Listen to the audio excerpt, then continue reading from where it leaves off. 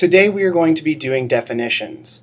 You will need to, on your notes page, write down any of the words that on this PowerPoint slide are underlined and in red. The definitions we are going to be talking about concern understanding the solutions to a quadratic function.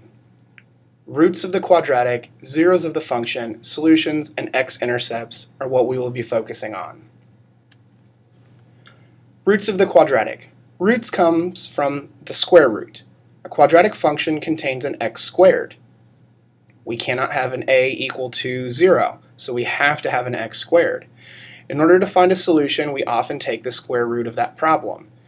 For example, x squared equals 25. Therefore, when we take the square root of both sides of our problem, we would end up with x equaling 5 or x equaling negative 5. Zeros of the function. Zeros of the function.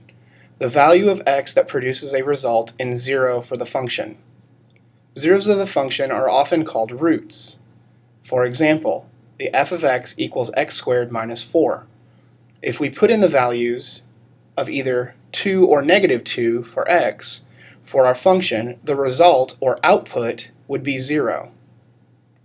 The f of 2 would be 2 squared minus 4. 2 squared is 4, so 4 minus 4 would equal 0.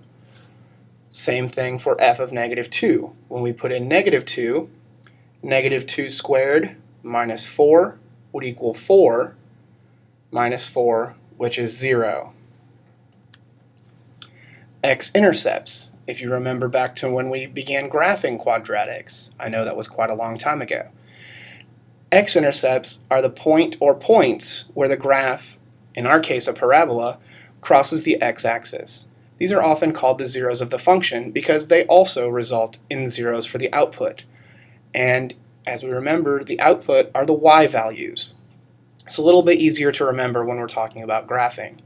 So if we see our example at the right, the parabola crosses the x-axis at the points 1 and 3.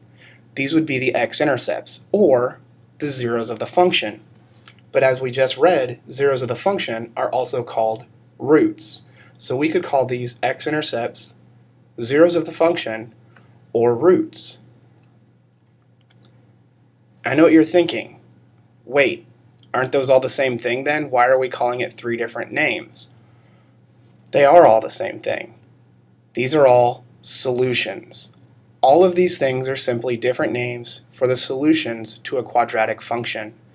Just like there are several methods to arrive at the solution to a quadratic function, such as graphing, factoring, or using the quadratic formula, there are also several different names for these solutions: roots, zeros of the function, and x-intercepts. It's very important that you pay close attention to these when you're answering the questions on your tests, quizzes, and end-of-course assessment, because these terms will be used interchangeably, and we don't want you missing any problems simply because you were confused about the wording. Thank you. If you have any questions about these definitions, please do not hesitate to ask either myself or a classmate.